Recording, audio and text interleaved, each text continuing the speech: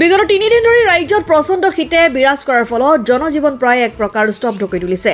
উল্লেখযোগ্য যে স্বামী বিবেকানন্দৰ জন্ম জয়ন্তীৰ লগত সংগতি ৰাখি নামনি অসমৰ বৰপেটা ৰোড পৌৰসভাৰ অধীনৰ 9 নম্বৰ ৱাৰ্ডত দৰিদ্ৰ পৰিয়ালৰ মাজত এক কম্বল বিতৰণ কাৰ্যসূচী অনুষ্ঠিত হৈ যায়।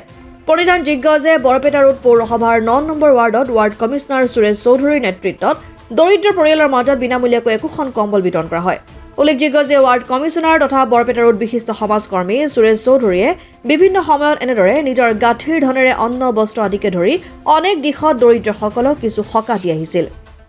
মই কম্বল বিতৰণ কৰিব পাৰি মই নিজকে আত্মসন্তুষ্টি পাইছোঁ। আৰু যিমান ঠাণ্ডা পৰিছে এইটো মোৰ কাৰণে সৌভাগ্যৰ কথা যে তেওঁলোকে অলপ তাৰ ঠাণ্ডাৰ পৰা অলপ হেৰি পাব। আমাৰ মোদীজী কৰি আছে ময়ো সেইকাৰণে দুখীয়া মানুহবিলাকে এটা সঁহাৰি পাব এইটো দিয়ে সেইটোৱে আৰু। আজিৰ আমাৰ স্বামী বিবেকানন্দৰ জন্মদিন আৰু আজিৰ এই জন্মদিনত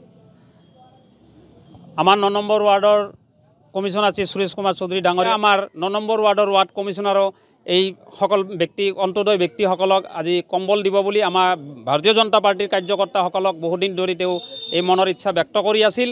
আজি এই ব্যক্তটো আজি সফলমণ্ডিত হ'ল, আমিও সুখিত আৰু সকলো ৰাইজেও সুখিত। ইয়াতে আমি যিখিনি মান আমাৰ 9 নম্বৰ ৱাৰ্ড কমিশনাৰে কৈছিল গতিকে তাতকৈও অধিক মানুহ হৈছে আৰু সকলোৰে আমি ব্যৱস্থা কৰিম আমাৰ ৱাৰ্ড কমিশনাৰ ডাঙৰীয়াই কৈছে।